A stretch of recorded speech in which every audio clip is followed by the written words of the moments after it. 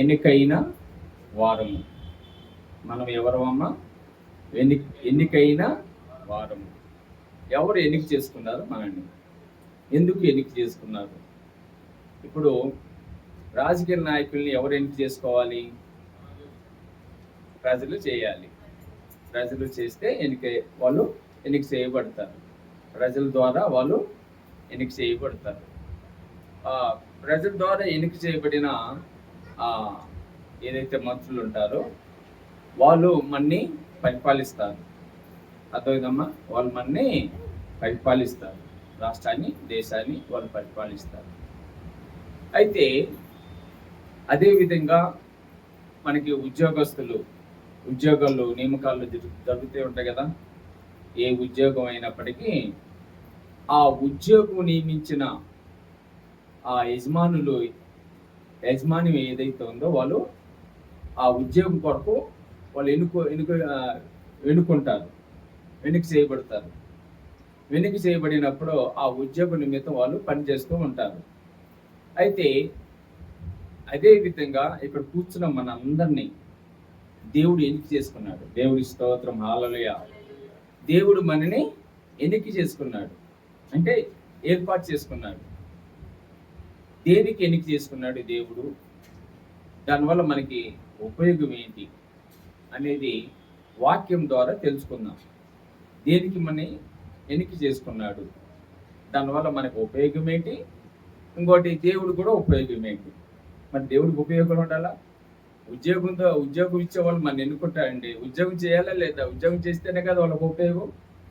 ఆ విధంగానే మంత్రులు మనం ఎన్నుకుంటాం, వాళ్ళు మంచి పరిపాలన ఇస్తేనే కదా ఉపయోగం. అలాగే దేవుడు మనని ఎన్నుకున్నాడు. దేని నిమిత్తం ఎన్నుకున్నాడు అనేది మనము దేవుని యొక్క వాక్యం నుంచి త్వరగా కొన్ని మాటలు. నేను 12:30కి అనుకున్నాను, 5 నిమిషాలు 10 నిమిషాలు ఎక్కువైంది. ఇప్పటికే స్టార్ట్ చేయాలి. 12 గంటలకు ప్రారంభించి 12:30కి ముగిద్దాం అనుకున్నాను. 10 నిమిషాలు కొంచెం లేట్ అయింది, ఏమనుకోవద్దు. అయితే ఇక్కడ పేతురు రాసిన మొదటి పత్రిక 2వ అధ్యాయము 9వ వచనం. నేను ఈరోజు ఎక్కువ వాక్యాలు కూడా తీసుకోలేదు, ఎందుకంటే సమయము మళ్ళీ తర్వాత ఈ యొక్క ఆరాధన తర్వాత మనకి బాబు పిల్లలకి తిరగొద్దమ్మా, ఎవరు తిరుగుతున్నాను, దయచేసి కూర్చోండి. ఇక్కడ ఒక్క వాక్యాన్ని నేను ఈరోజు దేవుడు ఏర్పాటు చేసి ఉంచాడు. ఆ వాక్యం నుంచి దేవుడు మాట్లాడతాడు. ఇక్కడ 9వ వచనంలో మనం జ్ఞాపకం చేసుకుంటే, అయితే మీరు చీకటిలో నుండి ఆశ్చర్యకరమైన తన వెలుగులోనికి మిమ్మును పిలిచిన వాని గుణాతిశయములను ప్రచురము చేయు నిమిత్తము ఏర్పరచబడిన వంశమును, రాజులైన యాజక సమూహము, పరిశుద్ధ జనమును, దేవుని సొత్తైన ప్రజలై ఉన్నారు. దేవుని స్తోత్రం, హల్లెలూయా. ఈ వాక్యం మన ఎన్నికలో దీవించి ఆశీర్వదించిన గాక, ఆమేన్. ఇక్కడ ఏర్పరచబడిన వంశమును ఎవరంటే మనము ఇందాక ఎన్నిక చేయబడినంటే ఏర్పాటు చేసుకోవటం. మన దేవుడు ఏర్పాటు చేసుకున్నాడు. చూడండి, ఇక్కడ కూర్చున్న ప్రతి ఒక్కరము ఒక్కొక్క ఊరు నుంచి వచ్చాం ఏమ్మా, ఒక్కొక్క ప్రాంతం నుంచి వచ్చాం కదా, ఒక్కొక్క వంశము నుంచి వచ్చాం మనం. దేవుడు మనని చూడండి అనేక ప్రాంతాలు ఉన్నప్పటికీ మనం అందరము దేవుడు ఏర్పాటు చేసుకున్నాడు మనని. దేవుని స్తోత్రం, హల్లెలూయా. ఎక్కడ వారమో మనము, ఏ ప్రాంత వారమో మనము, కానీ దేవుడు ఏర్పాటు చేసుకోవటం ద్వారా ఇప్పుడు దేవుని యొక్క వంశములో చేర్చబడ్డాం. ఆమేన్, హల్లెలూయా. దేవుని యొక్క కుటుంబంలో చేర్చబడ్డాం. మనమంతా ఒకే కుటుంబం. సంఘం అంటే ఒకే కుటుంబం. చాలా మందికి సంఘం యొక్క విలువలు తెలియట్లేదు, సంఘం యొక్క ప్రేమలు తెలియట్లేదు, సంఘం యొక్క వాల్యూ తెలియట్లేదు. సంఘం అంటే ఒకే కుటుంబం. మనం కుటుంబంలో ఉన్న ప్రేమలు, కుటుంబంలో ఉన్న ఆప్యాయతలు, కుటుంబంలో ఉన్న అనురాగాలు, కుటుంబంలో ఉన్న ఆ బాధ్యతలు, ఆ కుటుంబంలో ఉన్న ఏదైతే మనము ఆ కుటుంబంలో ఆ పిల్లలుగా, తల్లిదండ్రులుగా కలిగిన వారు ఏదైతే ఆ ప్రేమ, ఆప్యాయత, ఒక బాధ్యత కలిగి ఉంటారో, సంఘములో కూడా మనం అందరము దేవుడు ఏర్పాటు చేసుకున్నాడు. కాబట్టి ఆ ఏర్పాటులో మనం ఉండాలి. ఆ బాధ్యతలో మనం ఉండాలి, ఆ ప్రేమలో మనం ఉండాలి, ఆ కనికరంలో మనం ఉండాలి. కనుక మనమంతా ఒకే కుటుంబం. దేవుడు చెబుతున్నాడు, దేవుడు ఏర్పాటు ఇది. దేవుడు ఏర్పాటు చేసుకున్న వంశములో ఏమంట, రాజులైన యాచక యాచక సమూహమును. మనం ఎవరంటమ్మా? దేవుడు ఎందుకు ఏర్పాటు చేసుకుంటే, మన దేవుడు రాజు, యేసయ్య కింగ్డమ్, యేసయ్య రాజు, ఉన్నతమైన రాజ్యాలను పరిపాలించే రాజు, దేశాన్ని పరిపాలించే రాజు. ఏ దేశాన్ని? ఈ దేశాన్ని కాదు, పరలోకం అనే దేశాన్ని, ఆత్మీయ దేశాన్ని పరిపాలించే రాజు. మన రాజు మనని పరిపాలించేవాడు. నేను అంటే ఈ లోక సంబంధంగా మనం చూస్తే, లోకాన్ని ఆయన ఏలడు. ఈ లోకం ఏలే రాజు కాదైనా, నిన్ను నన్ను ఏలే రాజు. ఆమేన్, హల్లెలూయా. నిన్ను నన్ను ఏలే రాజు. కొంతమంది రాజులు పరిపాలన కాలంలో మనందరికీ తెలుసు, ఇప్పుడు కాదు కానీ ఎప్పుడో పాత కాలంలో, పురాణ కాలంలో రాజులు ఏం చేసేది తెలుసా? కప్పు ఎక్కువగా కట్టించుకునేవారంట. మగవాళ్ళకి జుట్టు పెంచుకున్నారు అనుకోండి, స్త్రీలైన వాళ్ళకి మాకు జుట్టు, ఇప్పుడైతే ఎవరిష్టం వాళ్ళు జుట్టు పెంచుకుంటున్నారు, జడలు వేసుకుంటున్నారు, మగవాళ్ళు కూడా వేసుకుంటున్నారు కదండి. అలా మేము వేసుకున్నాం అనుకోండి, మగవాళ్ళకి ఆ జుట్టు పెంచినందుకు పన్ను, జుట్టు పెంచినందుకు పన్ను. అదేవిధంగా జుట్టు పెరిగింది కదా అని కటింగ్ షాప్ పోయి కటింగ్ వేసుకుందంటే, కటింగ్ వేసుకున్నందుకు కూడా పన్ను పెట్టి, అంటే ట్యాక్స్. ఇప్పుడు మనం ట్యాక్స్ అంటాం కదా, ఆ రోజులో పన్ను అంటాం. ఓకే, తెలుగులో పన్ను అంట. అయితే అంటే జుట్టు పెంచిన పన్ను, కత్తిరేసుకున్న పన్ను. అంటే వాళ్ళు ఏ రాజులు అంటారు? ఇంకా పిచ్చి రాజులు అంటారు కదమ్మా, పిచ్చి రాజులు అంటారు. కనుక మన రాజు అలా చేయడు, మన రాజు అలా చేయడు. మన రాజు మనని ఆత్మీయంగా నడిపిస్తాడు. ఆమేన్, హల్లెలూయా. ఆత్మీయంగా నడిపించే రాజు ఈయన. మనము దేవుని యాచక సమూహంలో ఉన్నాం కాబట్టి, యాచక సమూహం అంటే ఆరాధికులమి, దేవుని ఆరాధించేవారమి, రాజుని మహిమపరిచేవారమి, స్తుతించేవారమి, ఘనపరిచేవారమి. కనుక మనం యాచక సమూహంలో చేర్చబడ్డాము. అందుకే ఎన్నిక చేయబడ్డాము. మనము సంఘములో ఎన్నిక చేయబడ్డాము. ఒక్కొక్క సంఘం ఉంటుందండి. భూప్రపంచంలో అనేకమైన స్థానిక సంఘాలు ఉన్నాయి. సార్వత్రికంగా చూసుకుంటే ఒకే సంఘం. వింటున్నారమ్మా? సార్వత్రికంగా చూసుకుంటే ఒకే సంఘము, కానీ స్థానికంగా ఈ యొక్క ఓల్డ్ ఆల్వాల్ ప్రాంతంలోనే 24 చర్చిలు ఉన్నాయి, 24 సంఘాలు ఉన్నాయి. ఇప్పుడు ఆ సంఘములో ఒక్కొక్క సంఘాన్ని పరిపాలించేది ఎవరంటే మన యేసయ్య, మన యేసురాజు. దేవుని స్తోత్రం, హల్లెలూయా. మన యేసురాజు మనని పరిపాలించేవాడు. దేవుని యొక్క రాజ్యాన్ని ఆయన, ఈ యేసురాజు గొప్పగా పరిపాలించేవాడు మన యేసురాజు. ఆయన రాజ్యములో ఎలా పగలు ఉండవు, ప్రతీకారం ఉండదు, ద్వేషాలు ఉండవు, కక్షలు ఉండవు, మరి ఈర్ష్యలు ఉండవు, ఏది ఉండకూడదు ఆయన రాజ్యంలో. అంటే రాజ్యానికి సాదృశ్యం ఏంది అంటే సంఘము. ఏమ్మా, అర్థమవుతుందా సహోదరుడా? ఏనండి, ఇక్కడ దేవుని యొక్క రాజ్యము సాదృశ్యం ఏంటంటే సంఘము. ఆ సంఘములో మనము యాచక సమూహముగా మనం చేర్చబడి, రాజులైన యాచక సమూహమును, పరిశుద్ధ జనమును. ఎవరంట మనము? పరిశుద్ధ జనము. దేవుడు నిన్ను ఎందుకు ఎన్నుకున్నాడు? యాచక సమూహముగా, అంటే యాచకత్వము చేయటం. యాచకత్వం అంటే ఆరాధించటము. 10:30కి చెప్పే కదా, 24 సంఘాలు ఉన్నాయి అనుకోండి, ఓల్డ్ ఆల్వాల్ ప్రాంతంలో, ఓల్డ్ ఆల్వాల్ ప్రాంతంలోనే, మళ్ళీ ఆల్వాల్ కాదు, ఓల్డ్ ఆల్వాల్ ప్రాంతంలోనే ఇప్పుడు 24 చర్చిలు ఉన్నాయి, 24 సంఘాలు ఉన్నాయి. ఈ 24 సంఘాలు ఒక్కొక్క సంఘంలో ఉన్న పరిశుద్ధులు వాళ్ళకి నియమింపబడిన సమయానికి వచ్చి ఆరాధించుకుంటారు. వాళ్ళకి నియమించబడిన సమయానికి వచ్చి ఆరాధించబడతారు. దేవుని యాచక సమూహంలో చేర్చబడతారు. యాచక సమూహంలో చేర్చబడతారు. ఇప్పుడు దేవుడు మనకి ఇదిగో ఈ యాచక సమూహముగా కూడుకోవటానికి దేవుడు మనని ఎన్నిక చేసుకున్నాడు. దేవుడు మనని ఎన్నిక చేసుకుని ఈ యాచక సమూహం, ఇంకా ఈ యాచక సమూహంలో ఆయన స్థుతించే భాగ్యం దేవుడు మనకి ఇచ్చాడు.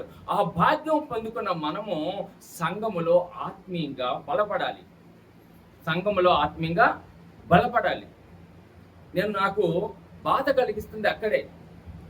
సంఘము 10 సంవత్సరాలు అయిపోయినా ఆ యాచక సమూహంలో చేర్చబడలేదు మనముగా. యాచక సమూహం అంటే దానికి కావలసిన నియమములో మనం ఎదగట్లేదు. దేవుడు ఏర్పాటు చేసుకున్న పద్ధతిలో మనం ఎదగట్లేదు. ఆత్మీయంగా ఎదగట్లేదు. ఆత్మీయంగా మనం బలపడలేదు. చూడండి, సంఘము 10:30 కంటే ఆల్మోస్ట్ మనం ఈ సంఘ ఆరాధన అంటే యాచక సమూహంలో ఈ ఆరాధన జరుగుతున్నప్పుడు మనము ఈ సంఘ ఆరాధనలో చాలా పనులు ఉంటాయి. దాంట్లో ఒక్కొక్కరు నియమించుకుంటారు. నేను దీనికి ఎన్నిక చేయబడ్డాను. మ్యూజిక్ ఇన్స్ట్రుమెంట్ మరి నవీన్ బాగా కొడతాడు, కానీ పెడతాడు రాడు. ఇప్పుడు చాలా సంఘాలు మ్యూజిక్ ఇన్స్ట్రుమెంట్ వాయించే వాళ్ళు 10 నిమిషాలు ముందొచ్చి వాళ్ళు దాన్ని శృతి చేసుకుంటారు. దాని కండిషన్ ఎలా ఉంది ఏంటి అనేది శృతి చేసుకుంటా ఉంటారు. ఇప్పుడు మనము ప్రార్థన ప్రారంభించక ముందు ఈ ఆరాధన సంఘానికి ఆశీర్వదకరంగా జరగాలని, దేవునికి మహిమకరంగా జరగాలని 1/2 గంట ముందొచ్చి ప్రార్థన చేసే వాళ్ళు ఉంటారండి చాలా మంది. వాళ్ళు దేనికి ఎన్నిక చేయబడి అంటే ప్రార్థనలకు ఎన్నిక చేయబడతారు. వాళ్ళు బాగా ప్రార్థన చేస్తే దేవుని యొక్క ఆరాధన ఈ యాచక సమూహము అనే అందరూ సమకూడి ఆరాధించుకోవటంలో ఆ పరిశుద్ధాత్మ శక్తి మన మధ్యలోకి వచ్చి ఆత్మ కార్యము జరుగుతూ ఉంటది. ఈ సంఘములో ఆ ప్రార్థన గుంపు మన సంఘములో లేదు. ఎన్ని లోపాలను చూడండి. మ్యూజిక్ ఇన్స్ట్రుమెంట్లు కొట్టేవాళ్ళు లేరు. అదేవిధంగా ప్రార్థన చేసే ప్రార్థన సమూహము లేదు మనకి. అదేవిధంగా మరి మీ యొక్క తలంతులను బట్టి మీకు ఇచ్చిన ఆ తలంతులు ఏదైతే ఉన్నాయో, నాకు వయసు అయిపోతుంది, ఒకప్పుడు ఉన్న శక్తి ఇప్పుడు ఉండట్లేదు. ఏటికేటికి ముసలిలు అయిపోతున్నాం కదా, 40 సంవత్సరాల దగ్గరికి వస్తున్నాయి నాకు. ఇప్పుడు పాటలు పడుతుంటే పేగులు నొప్పి, కడుపులో ఉన్న పేగులు నొప్పులు పడుతున్నాయి. గట్టిగా పాట పాడుతుంటే వల్ల అవ్వట్లేదు, కానీ పాడాల్సి వస్తుంది. ఎందుకు? ఇక్కడ పాటల గ్రూప్ మనకి లేదు. అందరూ పాడవాళ్ళు చాలా మంది ఉన్నారు. ముందొచ్చి ఇదిగో పాస్టర్ గారికి సహకరిద్దాము, సంఘ కాపరికి సహకరిద్దాము అన్న ఆలోచన మన సంఘంలో లేదు. 5 సంవత్సరాల నుంచి కనిపెడుతున్నాను, అయ్యా నేను ముందొచ్చి పాటలు నడిపిస్తాను, అయ్యా నాకు స్వరం ఇచ్చాడు దేవుడు, నాకు మంచి స్వరాన్ని ఇచ్చాడు, అయ్యా నేను వాడబడతాను అన్న వాళ్ళు ఒక్కరింటి ఒకరు రావట్లేదు. వస్తే ఎంత మంచిది. ఒక 3-4 ఇదిగో పాటలు, కాంగ్రెస్ పాటలు, ఎప్పుడు స్థుతి పాటలు ఫస్ట్ మనం పాడతాం, స్థుతి పాటలు 2-3 పాటలు, తర్వాత ఆరాధనప్పుడు మన పాటలు అందుకున్నాము, ఇదిగో మనం ముందుండి ఆ పాటలు రీడింగ్ చేద్దాము అన్న ఆలోచన ఎవరికి లేదు. ఈ యాచక సమూహము వాళ్ళే ఈ పనులని చేయాల్సింది. దానికి మన దేవుడు ఎన్నిక చేసుకున్నాడు. ఇవన్నీ ఆరాధనలో ఒక భాగము. ఇంకా దాని నుంచి వ్యక్తిగతంగా పాటలు పాడేవాళ్ళు కానీ, వ్యక్తిగతంగా వాక్యం చదివేవాళ్ళు కానీ, ప్రార్థన చేసేవాళ్ళు కానీ, వాళ్ళు కొన్ని తలంతున బట్టి వాడబడుతూ ఉంటారు. కనుక ప్రియ దేవుని బిడ్డలారా, దేవుడు నిన్ను ఎందుకు ఎన్నుకున్నాడు అంటే యాచక సమూహంలో దేవుడి యొక్క సంఘంలో వాడబట్టడానికి. దేవుని స్తోత్రం, హల్లెలూయా హల్లెలూయా. అయితే చూడండి, దేవుని యొక్క సంఘములో మనము వాడబడాలంటే మన జీవితంలో వెలుగు నింపబడాలి. మన జీవితంలో వెలుగు ఉండాలి. ఆ వెలుగు అంటే ఎవరు? వెలుగంటే ఎవరు? క్యాండిల్ అమ్మ, లేకపోతే లైటా? మనం క్రిస్మస్ ఈవ్లో మనం ఏం చేసుకుంటామంటే క్యాండిల్ వెలిగిస్తున్నాం. వెలుగు సాదృశ్యంగా క్యాండిల్ వెలిగిస్తాం. ఆ వెలుగు కాదు, ఈ యొక్క లైట్ అనే వెలుగు కాదు. ఆ వెలుగు యేసయ్య. వెలుగు యేసయ్య, యేసు ప్రభు. వెలుగంటే యేసు ప్రభు. చూడు, ఈ వాక్యంలో ఏమంటాడు? అయితే మీరు చీకటిల నుండి ఆశ్చర్యకరమైన తన వెలుగులోనికి మిమ్మల్ని పిలిచిన వాని గుణాతిశయములను ప్రచురము చేయు నిమిత్తము. అర్థమవుతుందమ్మా? ఇక్కడ మన ఎన్నిక చేసుకునేది యాచక సమూహంలో ఉండటానికి, యాచక సమూహంలో మనము ఏ బాధ్యత ఉందో ఆ బాధ్యత నెరవేర్చడానికి దేవుడు మన ఏర్పాటు చేసుకున్నాడు. ఎన్నిక చేయబడ్డాం మనం. ఆ ఎన్నిక చేయబడ్డాక ముందు మన జీవితంలో ఏముండేది? చీకటి ఉండేది. అర్థమవుతుందమ్మా? చీకటి ఉండేది. చీకటి అంటే ఏంటి? చీకటి అంటే పాపం. చీకటి అంటే ఏంటి? పాపం. ఒకప్పుడు మన జీవితము యేసుక్రీస్తులోకి రాకముందు, ఎలుగులోకి రాకముందు, ఎలుగులోకి దేవుడు మనల్ని పిలుచుకోకముందు, ఎన్నిక చేయకముందు మనం ఎక్కడ ఉండేవారమి? ఎక్కడ ఉండేవారమ్మా? చీకటిలో ఉండేవారమి. చెప్పండి, అందించండి. చీకటిలో ఉండేవారమి. చీకటి అంటే పాపంతో నిండిన జీవితము. చీకటి అంటే అది అంధకారము, మంచిని గ్రహించలేని జీవితము. చీకటి అంటే ప్రేమలు, ఆప్యాయతలు, అనురాగాలు తెలియని స్థితిలో, ఇదిగో మంచి చెడును తెలుసుకోలేని స్థితిలో ఉండేది ఆ చీకటి జీవితము. ఆ చీకటి జీవితంలో మనము దేవుడంటే, ఆ దేవుడి యొక్క ఆ ప్రేమ, దేవుడి యొక్క ఆప్యాయత, దేవుడి యొక్క అనురాగం అంటే తెలియని స్థితిలో ఉండేదే ఆ చీకటి అంటే. అది పాపము. అది పాపము. ఎందుకంటే ప్రతి దానికి దేవుని యొక్క మాటకి మనం విరోధంగా ఉంటాం కాబట్టి, దేవుని యొక్క మాటకి విధేయత చూపాం కాబట్టి, దేవుని యొక్క ఆజ్ఞ పాటించము కాబట్టి, ఆజ్ఞ అతిక్రమమే పాపము. ఆ పాపమైన జీవితంలో మనం ఉండేవారమే ఒకప్పుడు. ఆ పాపమైన జీవితంలో ఉండేవారము కాబట్టి, ఆ భయంకరమైన ఆ చీకటిలో మన జీవితం ఉండేది కాబట్టి, దేవుడు నన్ను ఏర్పాటు చేసుకొని వెలుగును అనుగ్రహించాడు. దేవుడు వెలుగుని అనుగ్రహించాడు. ఇప్పుడు మనము ఇంత మాత్రం దేవుళ్ళు ఎదుగుతున్నామంటే మనలో ఆ వెలుగు ఉంది. యేసయ్య మనలో ఉన్నాడు. ఆమేన్, హల్లెలూయా. ఆ వెలుగు ఉన్నాడు, దేవుడు మనలో ఉన్నాడు కాబట్టి కొంత ఆత్మీయంగా దేవుని ఆరాధించుకోవడానికి, దేవుని స్తుతించుకోవడానికి, దేవుని మహిమపరచడానికి మనం చిత్తపడుతున్నాం. చూడండి, దేవుడిలో మనము ఎన్నిక చేయబడిన వారిమి. అంటే సంఘంలో మనం ఎన్నిక చేయబడిన వారిమి. ఎక్కడైతే నువ్వు సంఘములో స్థాపించబడతావో ఆ సంఘములో ఎన్నిక చేయబడిన వారు మనం. దేవుని చేత ఎన్నిక చేయబడిన యాచక సమూహంలో, దేవుడు రాజులైన యాచక సమూహములో మనము ఎన్నిక చేయబడిన వారు, ఏర్పాటు చేయబడిన వారు మనం. కనుక ప్రియ దేవుని బిడ్డలారా, మనము దేవుడు చీకటిలో నుండి వెలుగులోనికి దేవుడు ఏర్పాటు చేసుకున్నాడు. దేవుని స్తోత్రం, హల్లెలూయా, హల్లెలూయా. కనుక రాజులైన యాచక సమూహంలో ఉండటానికి దేవుడు మనని ఎన్నుకున్నాడు. ఈరోజు ఆ ఆలోచన ఎప్పుడైనా మనం గుర్తెరిగామా? మన సామాన్యులు కాదండి, మనము సామాన్యులమే కాదు. మన జీవితంలో ఇదిగో ఉన్నతమైన స్థితిలో ఉండాలంటే రాజులైన యాచక సమూహంలో మనం ఉండాలి. అమ్మా, రాజులైన యాచక సమూహములో ఆయన ఏదైతే మనల్ని ఎన్నిక చేసుకున్నాడో, మనం ఎన్నిక చేయబడినామో ఆ ఆలోచనలో మనము ఇదిగో దేవుళ్ళు ఎదుగుతూ ఉండాలి.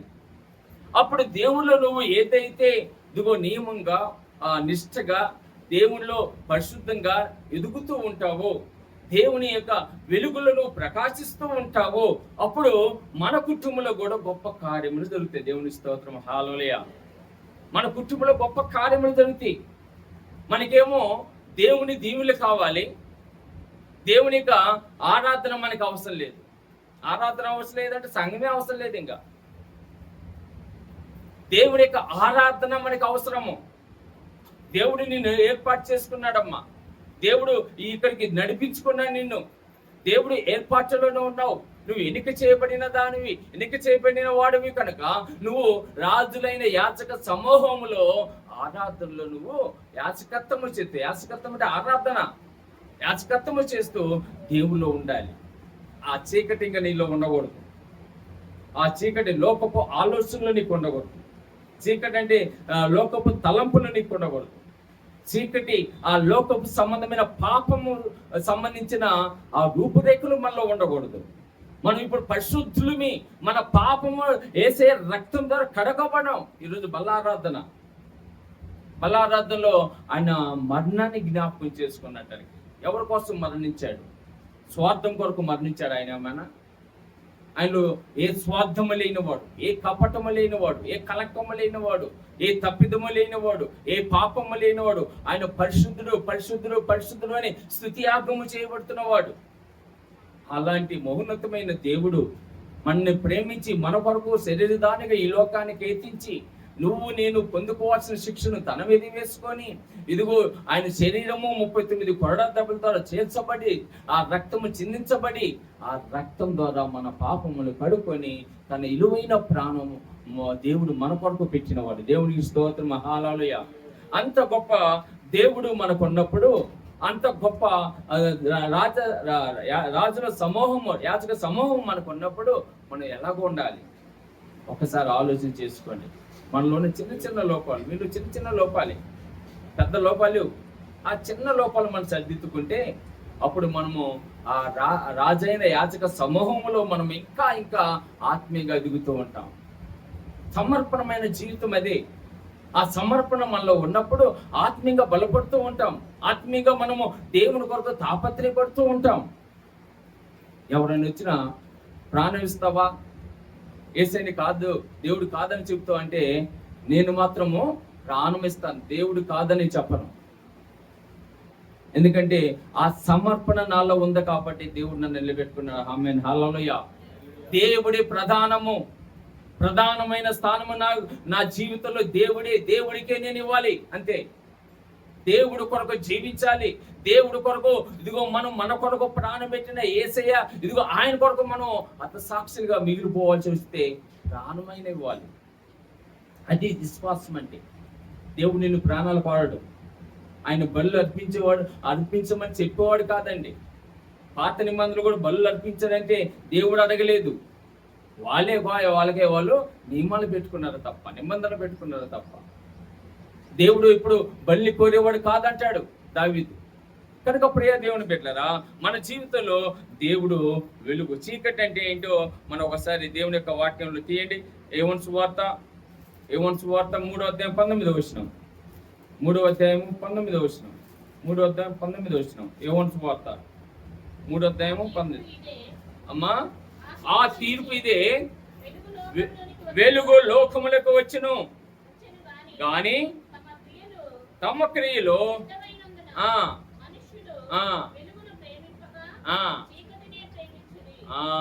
దేవుని స్తోత్రం, హల్లెలూయా.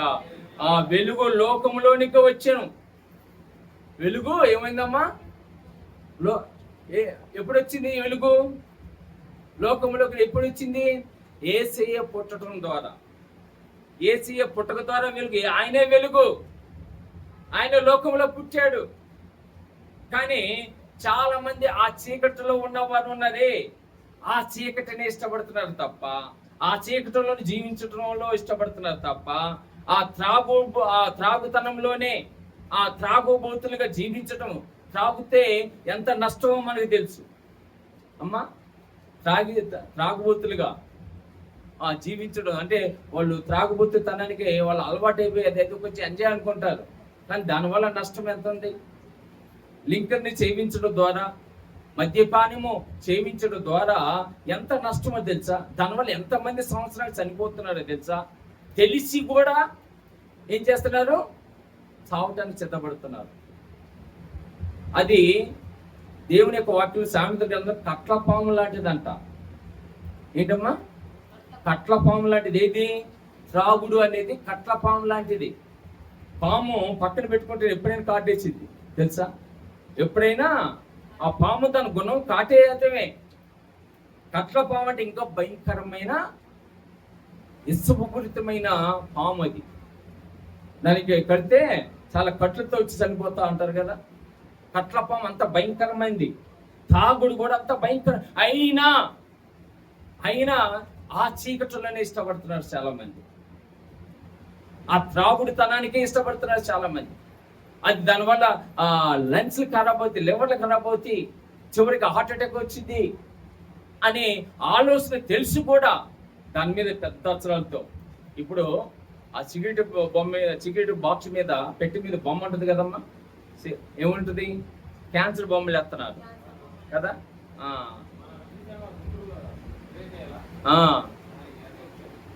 గుంటూరులో మేము ఒక ఆయనకి అది ప్రార్థన అయిపోయినాక ఒక ఆయన వచ్చాడు, మొత్తం ఇదంతా కొయ్యబడి కుట్లేయబడి క్యాన్సర్ అంట, తాగి తాగి తాగి తాగి క్యాన్సర్ వచ్చేసి ఇదంతా పాపం మెడ ఇట్లా తిరగదు అట్లా తిరగదు.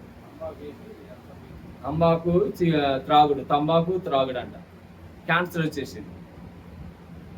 ఆ రోజు ప్రార్థన మాతో చేయించుకున్నారు. భయంకరమైన వ్యాధి క్యాన్సర్ అంటే, అది పొగాకు వల్ల ఎక్కువగా వస్తుంది అని, కానీ సిగరెట్లు మానరు వాళ్ళు. పబ్లిక్గా నువ్వు సత్వరబాబు తాగితే అని చెబుతున్నా కానీ మానట్లేదు. చూడండి, అది చీకటిలో ఉన్న వాళ్ళ యొక్క ఆలోచనలు. ఇక్కడ ఏమంటాడు?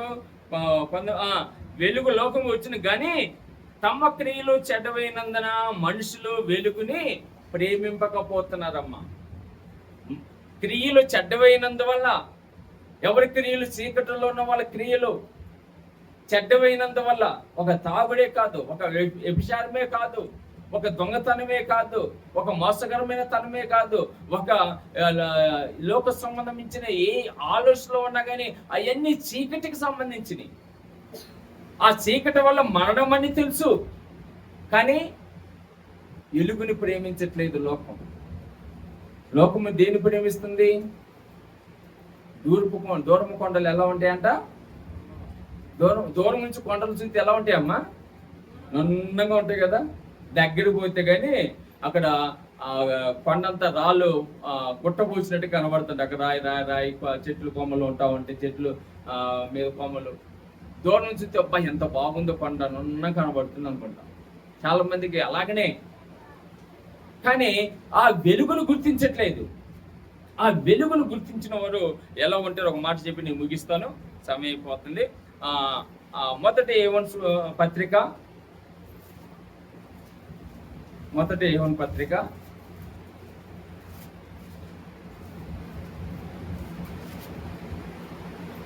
1వ అధ్యాయము 5వ వచనం.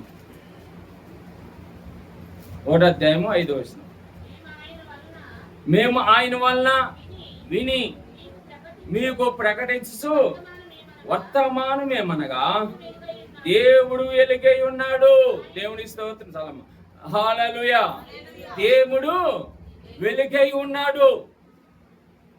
ఆ చీకటిలో ఉన్న ఎవరైతే చీకటిలో అంధకారంలో జీవిస్తున్నారో ఆ దేవుడు యేసే వెలుగై ఉన్నాడు. కాబట్టి ఆ యేసైని కలిగిన వారు సత్యముని తెలుసుకుంటారు. ఆమేన్. హల్లెలూయా.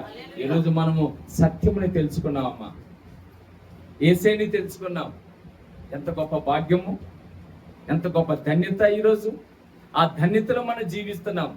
అందుకే ఆ సత్యంలో, ఆ వెలుగులో జీవించడానికి దేవుడు నిన్ను ఎన్నిక చేసుకున్నాడు. ఆమేన్. హల్లెలూయా.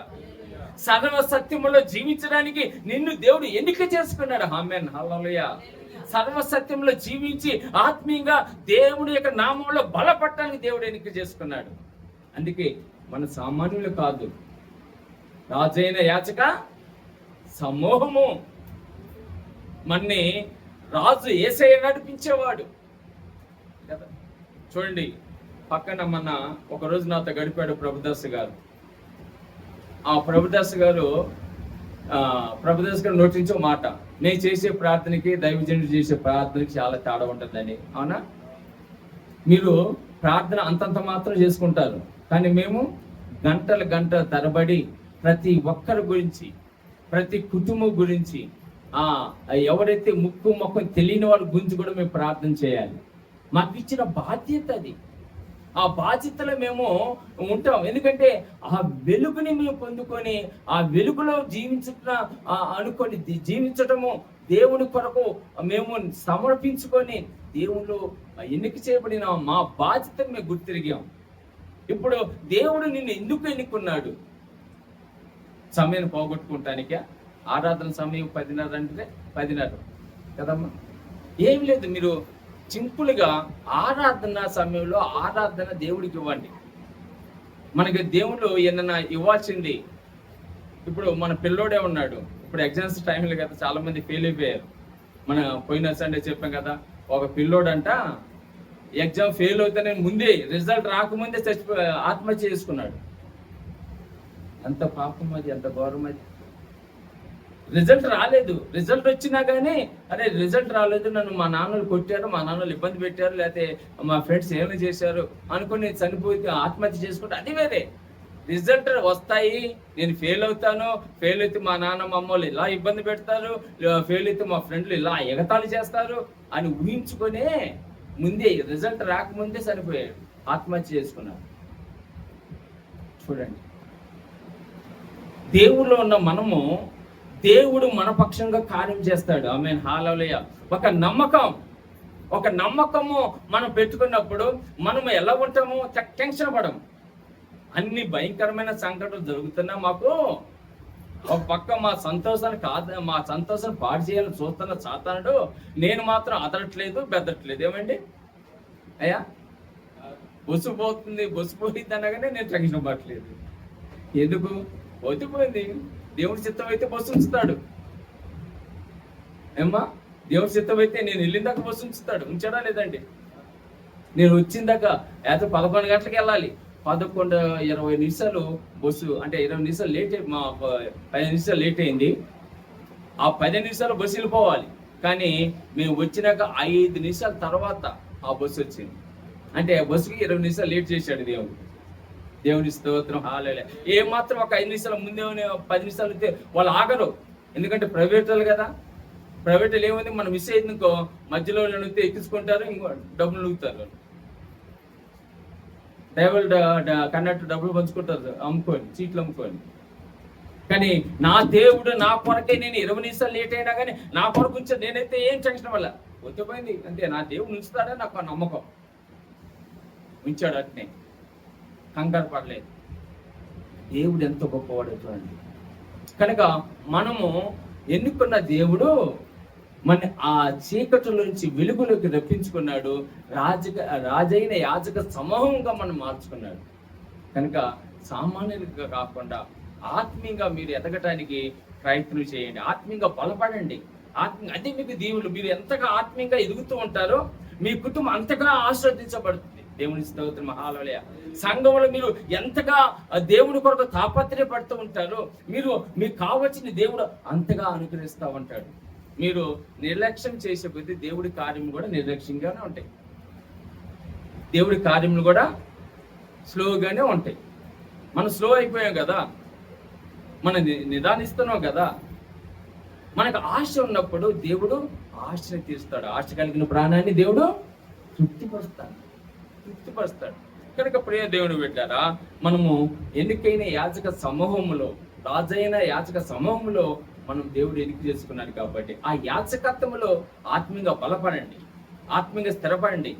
సంఘములో ప్రతి ఆరాధనలో మీ ఆశను తీర్చుకోండి, మీకు ఏదైతే ఆశ ఉందో దాన్ని తీర్చుకోండి. దేవుడు మిమ్మల్ని ఉన్నతమైన స్థితిలో ఉంచడం. అందుకొరకే యేసయ్య మన కొరకు ఈ లోకానికి వచ్చాడు, మనని ఆశీర్వదించడానికి. మనం బాధపడితే చూసే దేవుడు కాదు. ఆయన మన ప్రతి పనిలో తోడుగా ఉంటా అన్నాడు, మనని కాపాడుకుంటున్నాడు, తోడుగా ఉంటున్నాడు, ప్రతి విషయంలో సహాయం దయచేస్తున్నాడు. అలాంటి దేవుడు మనకు ఉన్నప్పుడు మనం ఎలాగా ఆత్మీయంగా బలపడాలి, ఆత్మీయంగా ఎలాగా మనం స్థిరపడాలి. ఒక్కసారి ఆలోచన చేసుకొని ఈరోజు ఒక నిర్ణయం, అయ్యా నువ్వు నన్ను ఎన్నుకున్నావు నాయనా, నీ సంఘంలో నేను ఆత్మీయంగా బలపడాలి, ఆత్మీయంగా స్థిరపడాలని ఒకరు ప్రార్థన చేసుకున్నాయి. కొద్ది మాట దేవుడు దీవించి ఆశీర్వదించును గాక. ఆమేన్. చాలా మంచిది.